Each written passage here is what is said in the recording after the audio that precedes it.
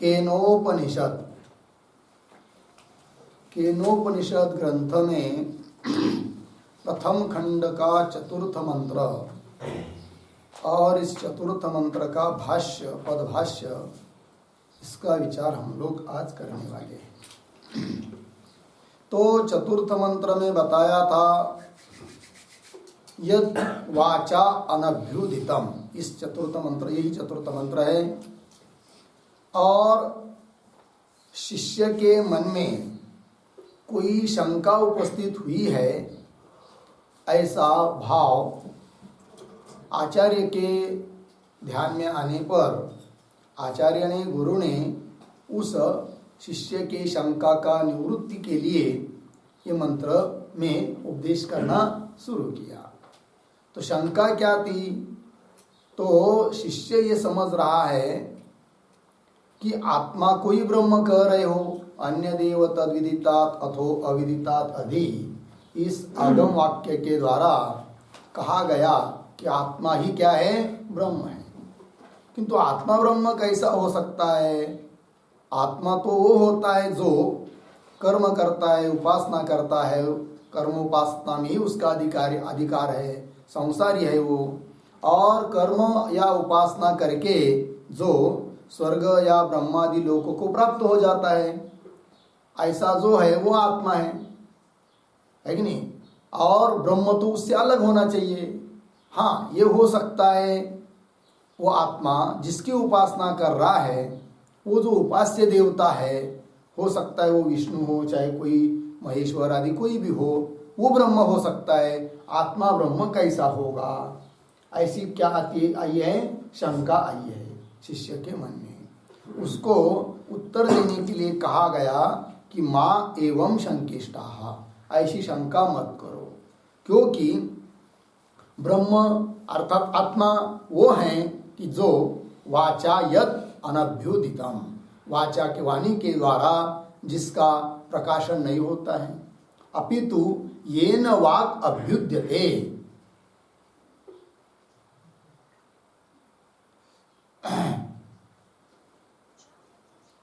जिसके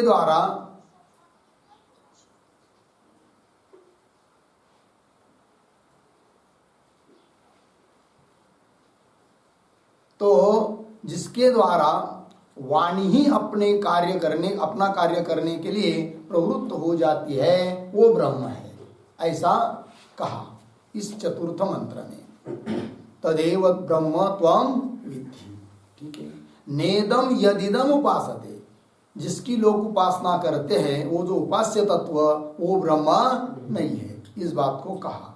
अब इसी मंत्र का पदभाष्य देखेंगे। यत् चैतन्य मात्र सत्ताकम वाचा, ठीक। तो यत् ये प्रतीक है, तो यत् शब्द का अर्थ कर रहे हैं चैतन्य मात्र सत्ताकम।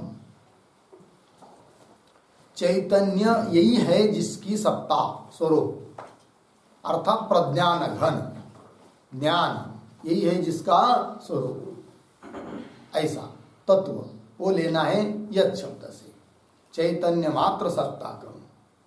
फिर आगे वाचा, तो वाचा यह भी प्रतीक है। फिर मंत्र में पद आता है अनभ्युदितम, तो वाचा इस पद का अन्वय अनभ्युदितम के साथ है। तो यत् जो ब्रह्म तत्व, वाचा अर्थात वाणी के द्वारा, तृतीय है, वाचा वाणी के द्वारा अनभ्युदितम है कि नहीं, प्रकाशित नहीं होता है। किसके द्वारा? वाणी के द्वारा। तो वाचा तृतीय अंत पद है। तो वाणी क्या है भैया भाई, इसका विचार भाष्यकार कर रहे हैं, ठीक है ना, वाक को समझा रहे हैं। फिर कहेंगे कि इस प्रकार की जो वाणी, उस वाणी के द्वारा प्रकाशित नहीं होता है, कहा नहीं जा सकता है, जो तत्व वो है कौन? ब्रह्म तत्व। तो वाचा क्या है? लिख रहे आगे भाष्य में, देखिए। वाक् इति जिह्वामूलादिषु अष्टसु स्थानेषु विषक्तम आग्नेयम वर्णानाम अभिव्यंजकम करणम अर्धैराम। तो इतने का थोड़ा अन्वय करेंगे।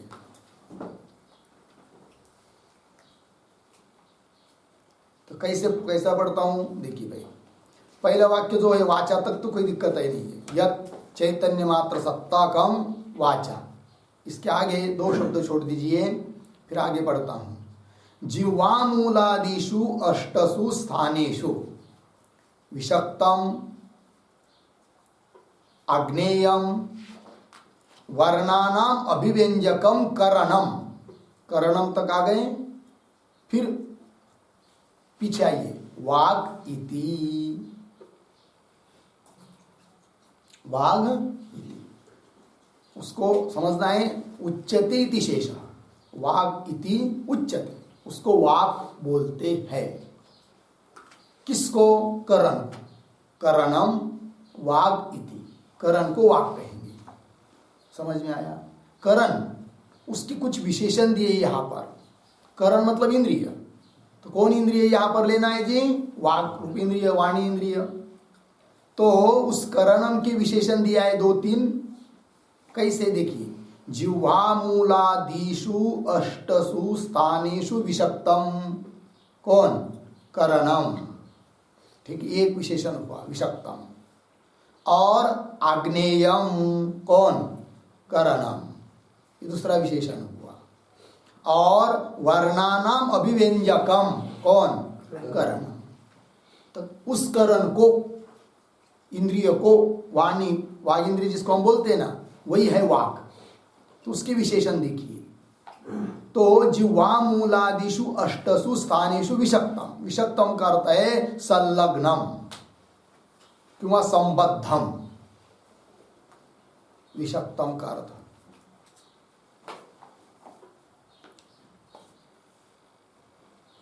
तो वाणी के द्वारा जो शब्द प्रयुक्त होते हैं, बोले जाते हैं, उन शब्दों का अभिव्यंजन, अभिव्यक्ति, प्रागट्य 8 स्थानों से होता है। इसलिए वाग इंद्रिय 8 स्थानों से संबद्ध है, संयुक्त है, संलग्न है कि नहीं? तो लिखा कौन वो 8 स्थान है? तो कह दिया जिह्वामूलादिषु, जिह्वामूल प्रथम हुआ, जिह्वामूलादि 8 स्थानों में विषक्तम संलग्न ऐसा जो करण, उसको कहते हैं क्या? वाक, वाणी। ठीक है। तो जिह्वामूलादि 8 स्थान कौन है भाई? तो एक श्लोक लिख लीजिए आप लोग, आपके पुस्तक में है वो, कैलाश की पुस्तक में नीचे लिखिए। अष्टौ स्थानानि वर्णानाम्,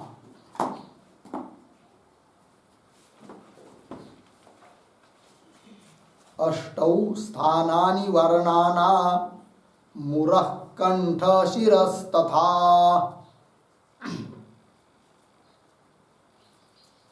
मुरः कंठ शिरस्तथा,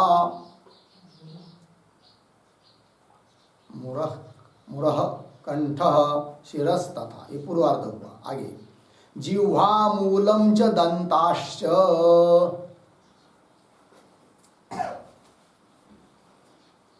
जिह्वामूलं च दन्ताश्च, नासिकोष्ठौ च तालु च, नासिकौष्ठौ च तालु च, ये हो गया श्लोक।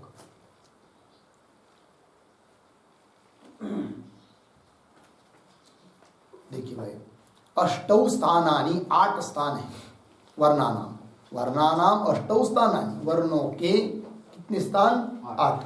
कौन कौन? उरह, उरस है कि नहीं, छाती आदि, हृदय जिसको हम कह सकते हैं, और कंठ, शीर, 3 हो गए, तथा जिह्वामूलम, जिह्वा का मूल भाग 4 हुए, दंताः 5, नासिका 6, ओष्ठौ 7 और तालु, तो कितनी हुई? 8। इन 8 स्थानों, 8 जो स्थान हैं, तालवादि, जिह्वामूलादि 8 स्थान, इन 8 स्थानों में संलग्न जो करण, उसको कहते हैं क्या? वाक। एक बात हुई। और आग्नेयम, अग्नेयम का अर्थ लिखे अग्नि देवताकम। अग्नि है देवता जिसकी, तो वाक इंद्रिय की देवता कौन है? अग्नि। अग्नि देवताकम अग्नेयम। आगे और भाई तो वर्णानाम अभिव्यंजकम, और जो वर्णों का अभिव्यंजक है, वर्ण को प्रकट करने वाला है, करण। इस प्रकार का करण, तीन विशेषण हुए करण के। ऐसा जो इंद्रिय रूप करण है, जो कि हम वाणी जिसको कहते, वाक इंद्रिय कहते, कर्म इंद्रिय के अंतर्गत आता है, उस करण को कहते क्या? वाक इति। तो वाक प्रथमांत है, उसका ही तृतीय होता है वाचा। तो वाक समझ में आया, फिर वाणी कौन है करके ये बात हो गई। अब थोड़ा सा और वाक शब्द का अर्थ कर रहे हैं, ठीक है ना? तो क्या है वो? तो आगे दे रहे हैं अभी दूसरी परिभाषा मीमांसक के अनुसार। तो आगे पढ़ता हूं। करना वर्णाश्च अर्थ संकेत परिचिन्ना एतावन्तः एव क्रम प्रयुक्ता इति। ये एक परिभाषा हुई है कि नहीं? तो क्या क्या इसका भी थोड़ा अन्वय करेंगे। कैसा करेंगे? च अर्थ संकेत परिचिन्ना एतावन्तः एवं क्रम प्रयुक्ता। फिर पीछे वर्णाः इति। जो इति आया है कि नहीं, इति के माथे पर लिख सकते हैं वाक इति उच्यते इत्यर्थः। इति मतलब वाक, इसको वाणी कहते, वाक इति उच्यते इत्यर्थः।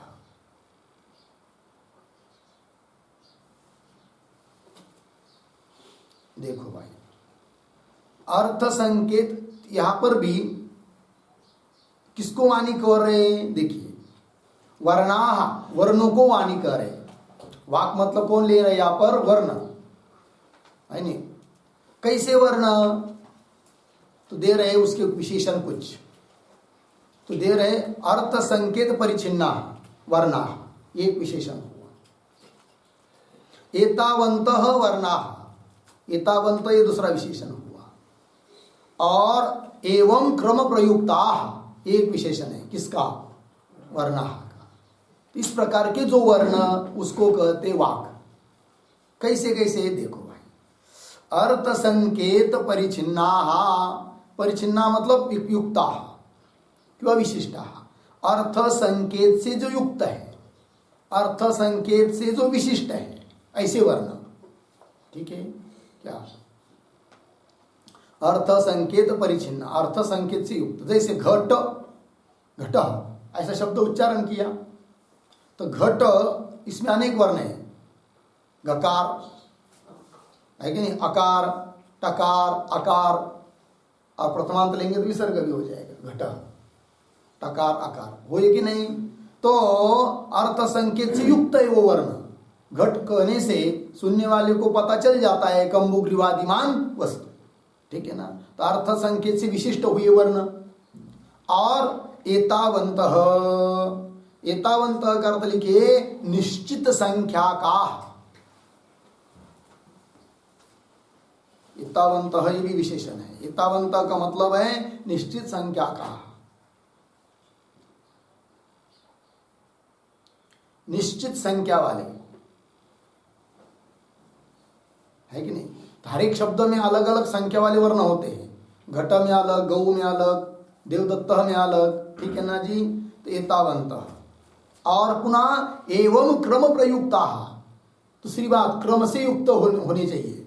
जैसे घट क्रम से युक्त है, गकार उसके बाद अकार, टकार उसके बाद अकार। उल्टा कर देंगे ट घ तो कोई समझ में नहीं आएगा। तो इस प्रकार के वर्णों को वाणी नहीं कहेंगे, वाक नहीं कहेंगे, ठीक है ना जी? तो कैसे होनी चाहिए वो? क्रम प्रयुक्ता, एवं क्रम प्रयुक्ता, इसी क्रम से युक्त होने चाहिए। ऐसे जो वर्ण, उन वर्णों को कहेंगे क्या? वाक, वाणी। हो गया जी? इति हो गया। ये किसके अनुसार? ये मीमांसक मत के अनुसार कह दिया वाक क्या है करके। ठीक है ना जी, आगे चलिए। अब इसके बाद आगे कह रहे हैं, देखिए, एवं तत् अभिव्यंग्य शब्द पदम वाक इति उच्यते। अब ये एक मत है, एवं से लेकर उच्यते तक। ये किसका मत है? ये वैयाकरणियों का मत है। उनके अनुसार वाणी, वाक कौन है, उसको अब कह रहे हैं। ठीक है जी, तो क्या कह रहे हैं? एवं इसी प्रकार तत् अभिव्यंग्य, तत् शब्द से लेना है वर्ण, तत् अभिव्यंग्य मतलब वर्ण अभिव्यंग्य। तो क्या हो जाएगा विग्रह? तैहि अभिव्यंग्य तत् अभिव्यंग्य, तैहि वर्णैहि, उन वर्णों के द्वारा जो अभिव्यंग्य है कि नहीं, अभिव्यक्त होता है, प्रकट होता है, ऐसा जो शब्द, अभिव्यंग्य शब्द, उस शब्दों को कहते हैं क्या? पदम वाक इति। उसको पद कहते हैं अथवा वाक कहते हैं। पद ही वाक है कि नहीं? कौन पद? लेकिन उस वर्णों के द्वारा अभिव्यंग्य जो शब्द, उस शब्दों को ही हम लोग पद कहते हैं अथवा वाक कहते हैं।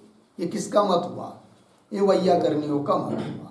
ठीक है जी, तो ऊपर एक बता दिया करणम तक, फिर बता दिया दूसरा मीमांसक के अनुसार, अब वैयाकरणियों के अनुसार क्या हुआ? वाक शब्द का अर्थ पदम वाक इति उच्यते, इतना लगा। अब इस प्रकार के पद को ही वाक कहते हैं, इसके लिए प्रमाण दे रहे श्रुति का। आगे तो क्या कह रहे हैं? अकारो वै सर्वा वाक सईशा स्पर्शान्तस्तोष्मभिः व्यज्यमाना बह्वी नाना रूपा भवति इति श्रुतेः। ये श्रुति प्रमाण दे दिया ऐतरेय उपनिषद। क्या कह रहे हैं? देखिए, अकारो वै सर्वा वाक, वही मतलब निश्चयार्थक अव्यय है। तो क्या कह रहे हैं? निश्चित ही अकार, अकार मतलब अवर्ण, यही क्या है? सर्वा वाक, संपूर्ण वाणी है। अवर्ण ही क्या है जी? संपूर्ण वाणी है, ऐसा श्रुति ने कहा है। अर्थात वर्ण या वर्ण से बना हुआ पद यही वाणी है, इसके लिए श्रुति का प्रमाण भी दे दिया। अकारो वही सर्वा वाक। फिर आगे कह रहे सईशा, सा ऐशा। तो सा ऐशा शब्द से क्या लेंगे? तो सा ऐशा का अर्थ लिखिए अवर्णात्मक वाक। तो वाक शब्द स्त्रीलिंग होने के कारण सा ऐशा ऐसा लिख दिया है। सा ऐशा मतलब अवर्णात्मक वाक। कैसी है वो? अब और आगे कह रहे हैं अनेक वर्णों के द्वारा व्यज्यमाना बह्वी नाना रूपा भवति वाक, नाना रूप वाली हो जाती है वाणी। ठीक है ना? मूल तो एक ही है, कौन? अवर्ण। वही अन्य अन्य वर्णों से अग्नि, वही वाक, अवर्णात्मक वाक, स्पर्श अंतस्थ ऊष्मा भी, इनके द्वारा, इत्यादि वर्णों के द्वारा व्यज्यमाना बह्वी नाना रूपा, बहुत नाना प्रकार की हो जाती है ना? कैसे? तो लिखा है यहाँ पर स्पर्श अंतस्थ ऊष्म भी। तो कुछ वर्ण होते जिनका नाम हो गया है क्या? स्पर्श। कुछ होते हैं अंतस्थ, कुछ होते हैं ऊष्म। तो स्पर्श किसको कहते हैं जी? कादयो मावसाना स्पर्श। क से लेकर म तक जितने वर्ण है 25, उनको नाम दे दिया गया है स्पर्श। तो इस स्पर्श यहाँ पर है। अंतस्ताह, अंतस्थ मतलब कौन? यनोन्तस्ताह, यन अर्थात य र ल व, य र ल वाह अंतस्ताह, ते अंतस्थ वर्ण हुए 4। और उष्म, उष्म कौन? शलो उष्माण, शल प्रत्याहार के अंतर्गत आए हुए वर्ण, उसको कहते हैं क्या? उष्म वर्ण। कौन है वो? श श स ह, श श स हा हा, 4 वर्ण। ये क्या है? उष्माण। तो तैहि क्रम विशेषावच्छिन्न ही व्यज्यमाना, ठीक है ना। तो स्पर्श, अंतस्थ और उष्म इन वर्णों के द्वारा, क्रम विशेष से अवच्छिन्न ऐसे इन वर्णों के द्वारा व्यज्यमाना नाना रूपा भवति इत्यर्थः। ठीक है, तो एक वाक्य लिख लेंगे इस पर, स्पर्शांत इसके ऊपर लिखते हैं, कादयो मांसानाः स्पर्शाः,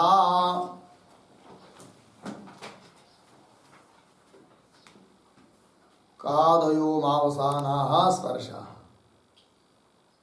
पूर्ण विराम, यरलवाः अंतस्थाः,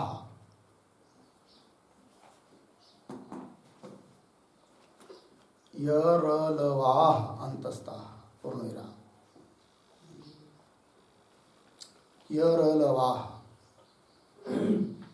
आगे श श स हाः उष्माणः,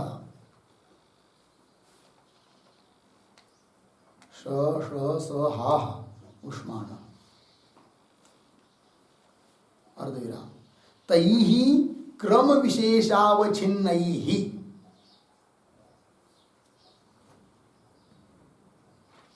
तैः क्रम विशेषावच्छिन्नैः व्यज्यमाना,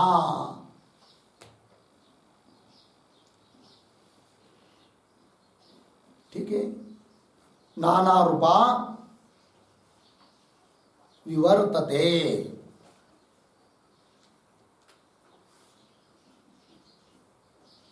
नाना रूपा विवर्तते। ठीक, देखो भाई, क से लेकर म तक स्पर्श वर्ण हुए, य र ल ये अंतस्थ हुए, श ष स ह ये उष्म हुए।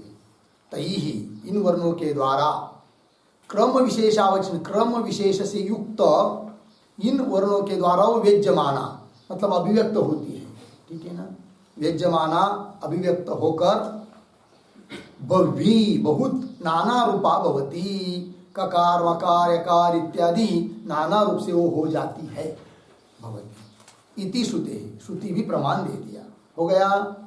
और कह रहे वाक शब्द से ये वर्ण ही कैसे लिए जाते करके, शब्द ही लिए जाते, तो कह रहे मितम अमितम स्वरः सत्यानृते एष विकार यस्याः तया वाचा, ठीक है ना। तो देखो भाई, तो वाचा शब्द से शुरू हुआ था कि नहीं, मूल में वाचा है, तो उस वाणी के द्वारा, तो कैसे, तो यहाँ पर कुछ कह दिया है, मितम अमितम स्वरः सत्य अनृत, 5 शब्द है।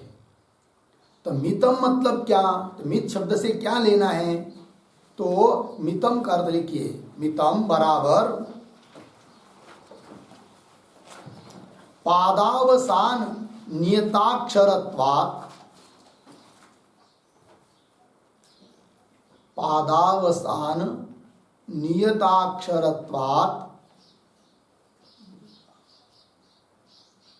नियत अक्षरत्वात् नियताक्षरत्वात् ऋगादिः मितम, ऋगादिः मितम, हो गया। आगे अमितम लिखिए, अमितम, अमितम का अर्थ बराबर अनियत अक्षर पादावसानत्वात्, अनियताक्षर, अनियताक्षर पादावसानत्वात्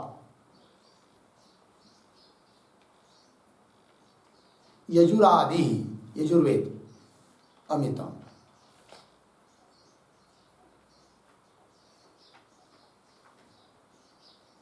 पूर्ण विराम, फिर स्वर गीति प्राधान्यात्, गीति प्राधान्यात् सामवेदः स्वरः, सामवेदः स्वरः। आगे सत्यम यथा दृष्टार्थ वचनम,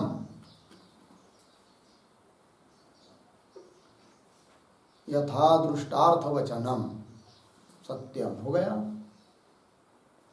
अनृतम तद विपरीतम, तद विपरीतम। ठीक, अर्थ समझ लेंगे। तो पहले बताया मितम। मित मतलब क्या? तो ऋग्वेद को कहते मित। क्यों? तो बता रहे हैं पादावसान नियत अक्षरत्वात्, है कि नहीं? पाद, पाद का जो अंतिम भाग अवसान, उसमें नियत अक्षर होते हैं, निश्चित अक्षर होते हैं। इतने इतने अक्षर के ही वो सब पाद रहते हैं। ऐसा होने के कारण ऋग्वेद को, ऋग्वेद में क्या है? सभी पादों में नियत अक्षर है, इसलिए ऋग्वेद को कह दिया क्या? मितम। हो गया इतना। और अमितम, अमित क्या है जी? तो अनियत अक्षर पादावसानत्वात्, कि जिसके पाद के अवसान में निश्चित अक्षर नहीं होते, अनियत अक्षर होते हैं, इसीलिए उसको कहते हैं अमित। ऐसा कौन है? यजुर्वेद। तो यजुर्वेद को लिया किस शब्द से? अमित शब्द से। और स्वर मतलब गीति प्राधान्यात, गायन का प्राधान्य उसमें, गायन। ऐसा है वो कौन? सामवेद। इसलिए सामवेद को लिया स्वर शब्द से। ठीक है। और सत्य, सत्य क्या है जी? यथा दृष्टार्थ वचनम, जैसा देखा है वैसा ही वचन बोलना, ये क्या है? सत्य। और अनृत मतलब उससे विपरीत, जैसा देखा है वैसा न कहकर उसके विपरीत उल्टा ही कहना, इसको क्या कहेंगे? अनृत। 5 प्रकार हुए। हो गया। तो देखिए भाष्य में मितम अमितम स्वरः सत्यानुते एष विकार यस्याः, है कि नहीं? यह विकार है जिसका, है कि नहीं? सा वाक् इत्यर्थः, वो हो जाती है कौन? वाक, है कि नहीं? आकार प्रधान ओंकार को भी ले सकते हैं। ठीक, तो वाक। फिर वाक हुआ प्रथमांत, उसकी तृतीया वाचा। तो कह रहे आगे तया वाचा, उस वाणी के द्वारा। मूल में आया था कि नहीं वाचा? तो अभी तक वाक शब्द समझा दिया, वाक क्या है करके। तो अलग अलग मत से बता दिया। जो भी हो, कोई भी लेंगे तो सभी प्रकार की उस वाणी से जिसका प्रकाशन नहीं होता है, चाहे करण रूप वाणी लीजिए, चाहे वर्ण रूप लीजिए, पद रूप लीजिए, कोई भी वाणी लीजिए, जिसके द्वारा, वाणी के द्वारा अनभ्युदितम, अभ्युदित नहीं है, वाच्य नहीं है, किसी शब्द का वाच्य ब्रह्म नहीं है, यद वाचा अनभ्युदितम। हो गया ना? लग गया मूल मंत्र के पाद। तो वही लिख रहे भाष्य में यस्याः तया वाचा। ठीक है। और कर रहे तया वाचा, वाचा मतलब तृतीयांत, वाणी के द्वारा। कैसी वो वाणी? पुनः कर रहे पदत्वेन परिचिन्नतया करण गुणवत्या वाचा, है कि नहीं? पदत्वेन, पद रूप से, परिचिन्नतया, परिचिन्नतया का अर्थ लिखेंगे विवर्तितया, विवर्तितया।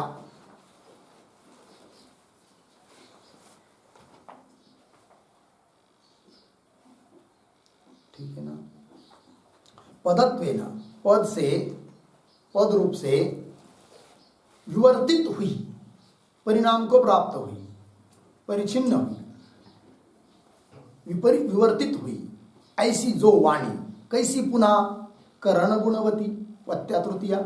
तो करण गुणवत्या, करण गुणवत्या मतलब क्या? तो उस पर एक वाक्य लिखेंगे, करणम वाग इंद्रियम,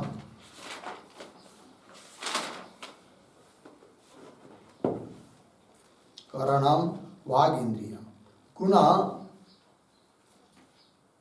गुणः उपसर्जनम, उपसर्जनम यस्याः सा करण गुणवती, सा करण गुणवती पद रूपा वाक, पद रूपा वाक तया वाचा।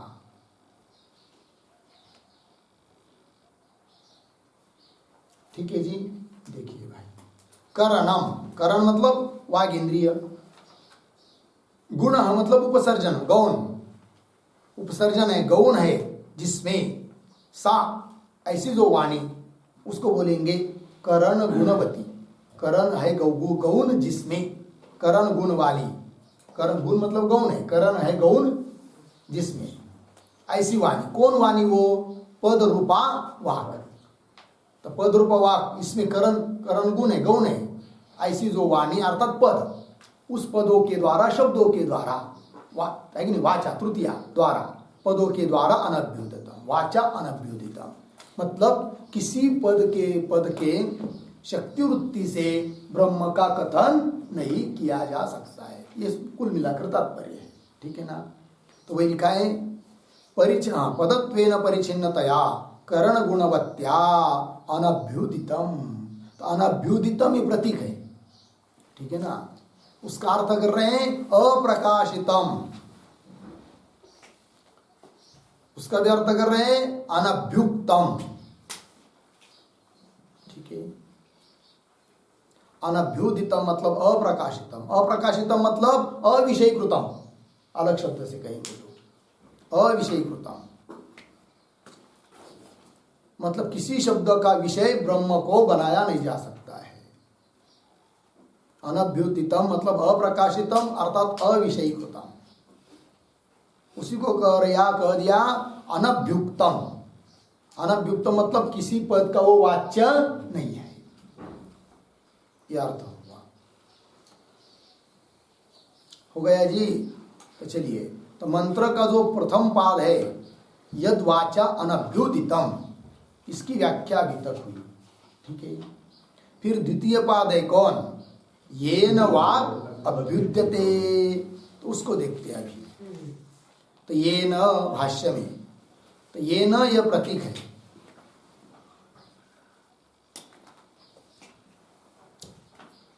येन का अर्थ कर रहे ब्रह्मणा, है कि नहीं। येन मतलब जिस, येन अर्थात ब्रह्मणा वाक् अभ्युद्यते, वाणी के द्वारा उसका प्रकाशन नहीं होता है, अपितु जिसके द्वारा वाणी प्रकाशित होती है। तो ये न ब्रह्मणा वाक् अभ्युद्यते, प्रकाशित होती है, प्रवृत्त होती है, ठीक है ना जी, अपना अर्थ बताने के लिए, ठीक। तो देखिए, ये न ब्रह्मणा विवक्षिते अर्थे सकरणा वाक् अभ्युद्यते, ठीक है। थोड़ा अन्वय लिखेंगे इस पर। तो ये न ब्रह्मणा, आगे सकरणा वाक् विवक्षिते अर्थे अभ्युद्यते,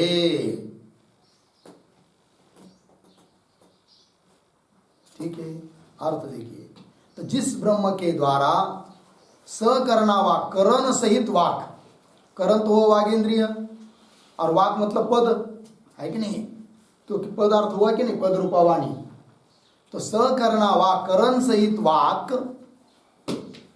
शब्द विवक्षिते अर्थे अभ्युद्यते, विवक्षित अर्थ में अभ्युद्यते बोली जाती है, प्रयुक्त होती है। कौन? वाक्। विवक्षित अर्थ में, जिस अर्थों को हम कहना चाहते हैं उस अर्थ में वाक्, करण सहित वाक् अभ्युद्यते। ये न ब्रह्म, ब्रह्म की सत्ता नहीं रहेगी तो वाग इंद्रिय या कोई वाग इंद्रिय या उससे भी अभिव्यक्त होने वाला शब्द अपने अर्थ को कह नहीं सकता। तो करण सहित वाणी विवक्षित अर्थ में बोली जा रही है, कही जा रही है कि नहीं, प्रवृत्त हो रही है, जिसके कारण ये न ब्रह्मणा, उस ब्रह्म से, ठीक है जी। तो ये न ब्रह्मणा सकरणा वाक् विवक्षिते अर्थे अभ्युद्यते, तो वाक् अभ्युद्यते प्रतीक है। तो अभ्युद्यते का अर्थ और कर रहे हैं भाष्य में, चैतन्य ज्योतिषा प्रकाशते। वाक् अभ्युद्यते मतलब चैतन्य ज्योतिषा, चैतन्य रूप ज्योति के द्वारा अर्थात ब्रह्म के द्वारा प्रकाशते। प्रकाशते मतलब प्रयुज्यते, प्रयुक्त होती है वाणी, क्या प्रयुक्त होती है अपना अर्थ बताने में, किससे? चैतन्य ज्योति। चैतन्य ज्योति कौन है? ब्रह्म ही है। तो उस ब्रह्म स्वरूप चैतन्य ज्योति के द्वारा करण सहित वाणी विवक्षित अर्थ में है कि नहीं, अर्थ को प्रकाशित करती, उसमें प्रयुक्त होती है, तो प्रकाश्यते अर्थात प्रयुज्यते। इति एतत्, मिला पंक्ति आगे, इति एतत्, इसी बात को यद वाचाह वाक् इति उक्तम, है कि नहीं, उसी परमात्मा को ही संकेत किया है। यत जो वाचोह वाक्, वाणी का भी वो क्या है, वाणी है। पीछे हुआ है कि नहीं, श्रोत्र से श्रोत्रम इत्यादि, है कि नहीं, वही कहा है कि यत वो परमात्मा वाचोह वाक् इति उत्तम, ये कहा है। और इसके लिए श्रुति प्रमाण दे रहे हैं, क्या, वदन वाक्, बृहदारण्यक उपनिषद। वदन वाक् मतलब बोलने के कारण वो वाणी है, ठीक है ना जी। और उस वाणी का वाणी वो परमात्मा है, उसको बता रहे। और आगे श्रुति देकर, यो वाचम अंतरो यमयति, बृहदारण्यक उपनिषद। इसका अन्वय कैसा, यह अंतरः वाचम यमयति। अंतर मतलब भीतर, आत्मदेह, जो भीतर रहकर वाचम, वाणी को, वाणी का क्या करता है, यमयति, नियमन करता है, वो परमात्मा है, ठीक है ना। येन वाक् अभ्युद्यते, ठीक है ना। तो जो अंदर रहकर वाणी का क्या करता है, नियमन करता है, यमयति। इत्यादि च वाजसनेयते, वाजसनेय के मतलब बृहदारण्यक उपनिषद, बृहदारण्यक उपनिषद में वाजसनेय शाखा का शाखा है, ठीक है ना जी। इत्यादि च वाजसनेयते, हो गया इतना। आगे चलिए भाष्य में, थोड़ा ध्यान दीजिए, यहाँ से पढ़ता हूँ पहले, फिर अन्वय करेंगे।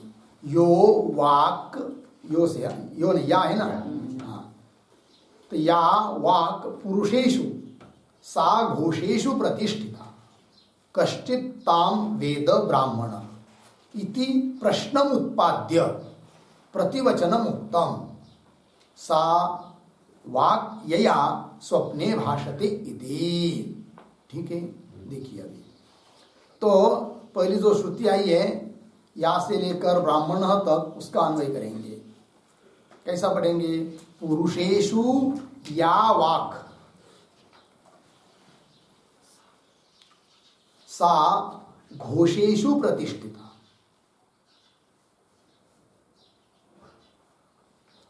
आगे ताम कश्चित् ब्राह्मण वेद इति प्रश्नम उत्पाद्य। आगे सरल है, अर्थ देखिए। तो पुरुषेषु, चेतनेषु पुरुषेषु इत्यर्थ, चेतन पुरुषों में या वाक, वाक मतलब या वाक, वाक वाणी रूपी शक्ति विद्यमान है, विद्यते इत्यर्थः। तो पुरुषेषु या वाक विद्यते, पुरुषों में जो वाणी रूप शक्ति विद्यमान है, ठीक है, सा घोषेषु प्रतिष्ठिता, ठीक है ना। वह घोषेषु, घोषेषु का अर्थ है वर्णेषु, घोषेषु मतलब वर्णेषु प्रतिष्ठिता। प्रतिष्ठा है मतलब स्थिर है। क्यों कि उन वर्णों के द्वारा ही वो व्यंग्य होती है, जाना जाता है। उसका अर्थ देखिए भाई, पुरुषेषु या वाक् सा घोषेषु प्रतिष्ठिता। फिर आगे ताम कश्चित् ब्राह्मण वेद, उसको कोई ब्राह्मण जानता है। इति, इस प्रकार से प्रश्न उत्पाद्य, वहां पर है कि नहीं, उपनिषद में वाद है कि नहीं, वाजसनेय के बृहदारण्यक उपनिषद में इस प्रकार का प्रश्न उपस्थित करके उठाकर प्रतिवचनम उक्तम, प्रतिवचन मतलब उत्तर, उत्तर दिया है। क्या उत्तर दिया, तो सा वाक् यया स्वप्ने भाषते। ठीक है जी, तो कह रहे यया स्वप्ने भाषते सा वाक्, ये उसका अर्थ है, जिसके द्वारा जीव प्राणी स्वप्ने, स्वप्न में भाषते बोलते हैं, जिसके द्वारा स्वप्न में जीव बोलते हैं, सा वाक, वो वाक है। ठीक है जी, जिसके द्वारा बोलते हैं, ये कहा। तो स्वप्न में बुलाने वाला कौन है? चैतन्य के आश्रय से ही सब व्यवहार हो रहा है, वहां पर अधिष्ठान चैतन्य ही है। ठीक है ना जी। तो चलिए, तो कह रहे हैं यया स्वप्ने भाषते सा वाक इति।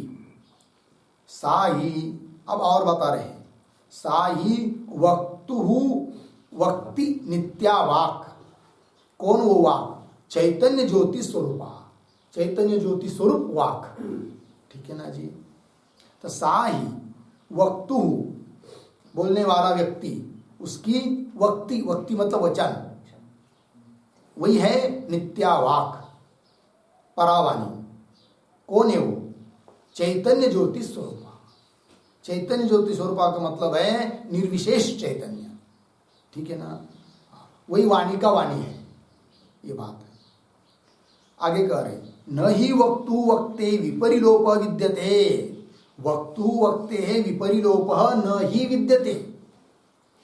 वक्तु बोलने वाला, उसके जो वक्ति अर्थात वचन है कि नहीं? हाँ, तो वक्तु वक्ते वचन रूप शक्ति उसका विपरिलोप न ही विद्यते। विपरिलोप, विपरिलोप शब्द का अर्थ है नाश।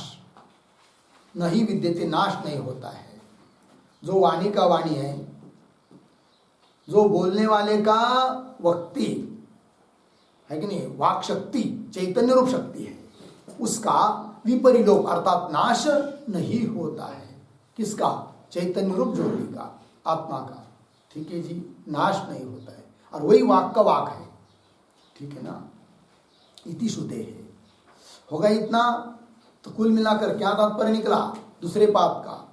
ये न वाक अभ्युद्यते, जिसके द्वारा, जिस चैतन्य ज्योति के द्वारा वाक अभ्युद्यते, यानी वाणी प्रवृत्त होती है, बोली जाती है, प्रयुक्त होती है, जिसके द्वारा, इसलिए उसको कह दिया वाणी का वाणी। वो कौन है? चैतन्य ज्योति है, उसका नाश होता नहीं है। बोलने वाले की वही शक्ति है, चैतन्य ज्योति ब्रह्म। वो नहीं रहेगा तो बोलने वाला भी बोल नहीं सकता है। वो चैतन्य रूप ज्योति जो ब्रह्म है, जिसके द्वारा वाणी शब्द या करण अपना अर्थ बताने में प्रयुक्त हो रही है, वो ब्रह्म है। तदेव ब्रह्मत्वम विद्धि, वही ब्रह्म है। ठीक है ना। तो दो पाद की व्याख्या हुई अभी तक। यद्वाचा अनभ्युदितम येन वाक् अभ्युद्यते। फिर आगे तृतीय पाद, तदेव ब्रह्मत्वम विद्धि, इसकी व्याख्या करने जा रहे भाष्यकार। तदेव, तदेव यह प्रतीक है। तदेव का अर्थ कर रहे आत्मस्वरूप। तदेव मतलब वो आत्मा, आत्मस्वरूप ब्रह्म प्रतीक। निरतिशयम भूमाख्यम बृहत्वात् ब्रह्म इति विद्धि, विद्धि भी प्रतीक है। उसका अर्थ कर रहे विजानी, और त्वम, ये भी प्रतीक है। त्वम के बाद पूर्ण विराम, तब थोड़ा अन्वय करेंगे। कितने अंश का? तदेव से शुरू हुआ कि नहीं अभी? तृतीय पाद की व्याख्या तदेव से लेकर त्वम तक जितना जितना पढ़ा मैंने अभी, उतने शब्दों का थोड़ा सा अन्वय लिखते हैं हम लोग। कैसे देखिए? तदेव आत्मस्वरूपम, अंतिम का शब्द त्वम, त्वम बीच में आइए, बृहत्वात् ब्रह्म इति भूमाख्यम निरतिशयम ब्रह्म विद्धि विजानी। होगा इतना अर्थ देखिए। तदेव वही आत्मस्वरूप, उस आत्मस्वरूप को ही तुम क्या समझो? ब्रह्म। तो कह रहे त्वाम तू बृहत्वात्, बृहत्वात् मतलब व्यापकत्वात्, व्यापक होने से, बृहत होने से ब्रह्म इति। भूमाख्यम, भूमा है नाम जिसका, भूमा है संज्ञा जिसकी, भूमाख्यम। पुनः कैसा? निरतिशयम ब्रह्म, निरतिशयम सातिशय रहित अर्थात सर्वोत्कृष्ट, निरतिशयम सर्वोत्कृष्टम ब्रह्म विद्धि, विद्धि नाम विजानी। तो क्या बताया? तदेव, वो आत्मसुस आत्मस्वरूप को ही तुम ब्रह्म समझो, ब्रह्म जानो। किसको? क्यों? बृहत्वात् ब्रह्म इति, बृहत है वो आत्मा, इसलिए वो ब्रह्म है, ब्रह्म से भिन्न नहीं है। भूमा जिसका नाम है और निरतिशय है, सबसे सर्वोत्कृष्ट है, ऐसा जो ब्रह्म वो आत्मा, आत्मा ही ब्रह्म है, ऐसा तुम विद्धि नाम विजानी ही जानो। होगा इतना? आगे चलिए, आगे का भाष्य तो कैसा पढ़ता हूं देखिए, सरल पढ़ लेता हूं पहले। यही वागादि उपाधि भी, इतना लगा? आगे देखिए सरल। वाचोह वाक्, चक्षुषः चक्षुः, श्रोत्रस्य श्रोत्रम, मनसो मनः, कर्ता भोक्ता विज्ञाता नियंता प्रशासिता विज्ञानम आनंदम ब्रह्म इति एवमादयः संव्यवहाराः। होगा इतना? आगे देखिए और। असंव्यवहारे निर्विशेषे परे साम्ये ब्रह्मणि, हुआ ना इतना? तो ब्रह्मणि अंतिम शब्द हुआ। और यही ही, ये शुरू से पढ़ा, ठीक है ना? तो थोड़ा अन्वय देखेंगे तो कैसा पढ़ता हूं देखिए अभी। यही ही वागादि उपाधि भी,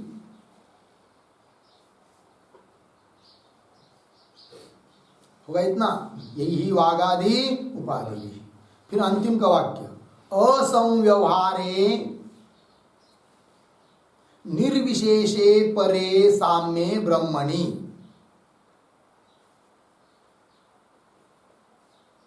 फिर बीच वाला, वाचोह वाक्, चक्षुषः चक्षुः, श्रोत्रस्य श्रोत्रम, मनसो मनः, कर्ता भोक्ता विज्ञाता नियंता प्रशासिता विज्ञानम आनंदम ब्रह्म इति एवमादयः संव्यवहाराः। हो गया? अर्थ देखिए। तो जिन, यही ही वागादि भी, वागादि उपाधि भी, जिन वागादि उपाधियों के कारण, उपाधियों के द्वारा, उपाधियों के कारण ये सब व्यवहार हो रहे बीच वाले, किसमें? ब्रह्म में। कैसा ब्रह्म? तो असंव्यवहारे निर्विशेषे परे साम्ये ब्रह्मणि। मिला? ये ब्रह्मणि का विशेषण है। कौन कौन? असंव्यवहारे निर्विशेषे परे साम्ये ब्रह्मणि। ऐसे ब्रह्म में भी व्यवहार हो रहे। कौन? बीच वाला। कौन बीच? वाचोह वाक्, वो वाणी का वाणी है, चक्षु का चक्षु इत्यादि इत्यादि, ये सब व्यवहार हो रहे हैं, ठीक है ना? किनके कारण? उपाधि के कारण, वागादि उपाधि के कारण। वागादि उपाधि नहीं रहेगी तो ब्रह्म में किसी प्रकार का व्यवहार अर्थात शब्द प्रयोग नहीं कर सकते हैं, ठीक है? उपाधि के कारण ही व्यवहार हो रहे हैं, शब्द प्रयोग हो रहे हैं, ठीक है? तो पंक्ति देखिए, यही ही वागादि उपाधि, जिन वागादि उपाधियों के द्वारा, उपाधियों के कारण असंव्यवहारे, असंव्यवहारे मतलब अव्यवहार्य है कि नहीं? जिसका व्यवहार कुछ नहीं हो सकता है, जिसके बारे में व्यवहार नहीं हो सकता है, व्यवहार मतलब शब्द प्रयोग, जिसके बारे में किसी प्रकार का शब्द प्रयोग हो नहीं सकता है, ऐसा। पुनः कैसा? निर्विशेष, जिसमें कोई विशेषता नहीं है। परे साम्ये, साम्य शब्द का अर्थ है एक रसे किंवा एक रूपे। परे सर्वोत्कृष्ट, साम्य मतलब एक रस एक रूप, ऐसे उस ब्रह्मणि, ब्रह्म में। लगा पंक्ति? उस ब्रह्म में उपाधियों के कारण क्या हो रहे? व्यवहार। कौन कौन? बीच में वाचोह वाक्, वाणी का वाणी है, चक्षुषः चक्षु, चक्षु का चक्षु है, श्रोत्र से श्रोत्रम, श्रोत्र का श्रोत्र है, मन का मन है, और कर्ता है, भोक्ता है, विज्ञाता है, नियंता नियमन करने वाला है, प्रशासिता मतलब शासन करने वाला है, विज्ञानम ज्ञान स्वरूप है, आनंद स्वरूप है, ब्रह्म है इति एवं आदयः इत्यादिक संव्यवहाराः भवन्ति इति शेषः। संव्यवहाराः से क्या समझना है आगे? भवन्ति इति होते हैं, इत्यादि व्यवहार होते हैं। संव्यवहारा, संव्यवहारा का अर्थ लिखिए शब्द प्रयोगा।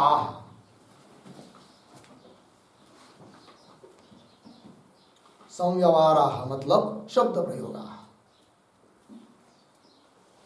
पता लगा? तो इस इतने सारे शब्द के प्रयोग होते हैं किसमें? ब्रह्म में। क्यों? उपाधि के कारण, वागादि उपाधियों के कारण। उपाधि नहीं रहेगी तो ब्रह्म में किसी प्रकार का शब्द प्रयोग हो नहीं सकता है। इतना लगा? आगे चलिए। परे साम्य ब्रह्मणि होगा इतना ना। परे साम्य ब्रह्मणि प्रवर्तन्ते। क्या प्रवर्तन्ते? संव्यवहाराः प्रवर्तन्ते, इत्यादि व्यवहार होते हैं, प्रवृत्त होते हैं, शब्द प्रयोग होते हैं। लग गया इतना? फिर आगे देखिए। तान व्युदस्य आत्मानम एव निर्विशेषम ब्रह्म विद्धि इति एव शब्दार्थः। ठीक, अब देखिए इसका भी थोड़ा अन्वय। तान व्युदस्य निर्विशेषम, पीछे आत्मानम एव ब्रह्म विद्धि इति एव शब्दार्थ। ठीक, अर्थ देखिए। तान व्युदस्य, तान तान तान तान शब्द का अर्थ लिखिए वागादि उपाधिन। उपाधि के कारण व्यवहार हो रहा है। तान शब्द से लेंगे वागादि उपाधिन। व्युदस्य, व्युदस्य शब्द का अर्थ है परित्यज्य। व्युदस्य शब्द का अर्थ क्या है? परित्यज्य। तब देखिए अर्थ। तान व्युदस्य, जिन उपाधियों के कारण व्यवहार के लिए, शब्द प्रयोग के लिए अयोग्य है कि नहीं, या शब्द प्रयोग जिसमें हो नहीं सकता है उसमें भी शब्द प्रयोग हो रहा है, जिन उपाधियों के कारण, उन उपाधियों को तान व्युदस्य परित्यज्य, उन उपाधियों का परित्याग करके, है कि नहीं, त्वम तत् त्वम असि, तत्पद के वाच्यार्थ में, है कि नहीं, जो माया है उसका त्याग, त्वम पद के वाच्यार्थ में साभास अंतःकरण का त्याग, और अधिष्ठान भूत शोधित तत्पद का लक्षार्थ और त्वम पद का लक्षार्थ, दोनों में क्या है? अभेद है। उपाधि का त्याग करने पर निर्विशेष ब्रह्म उसका अभेद है, उसमें कोई भेद नहीं है।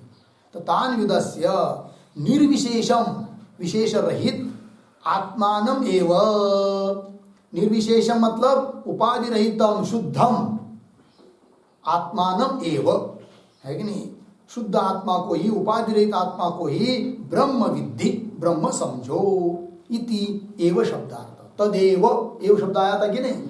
एव शब्द इस बात को कह रहा है कि उपाधियों का परित्याग करके, कि जिन उपाधियों के कारण वाणी का वाणी, श्रोत्र का श्रोत्र इत्यादि प्रयोग होते हैं, तो उन उपाधियों का, सभी उपाधियों का त्याग करके उपाधि रहित निर्विशेष जो आत्मा है वह आत्मा ही ब्रह्म है, ऐसा समझो। ये कह दिया एव शब्द ने। हो गया अर्थ? हाँ, ब्रह्म विद्धि इति एव शब्दार्थ। तो तीसरे पाद की व्याख्या हुई। अब मंत्र में जो चौथा पाद है, नेदम यदिदम उपासते, उसकी व्याख्या करने जा रहे भाष्यकार, किंतु इसका विचार हम लोग कल करते हैं। ओम पूर्णमदः पूर्णमिदं पूर्णात् पूर्णमुदच्यते पूर्णस्य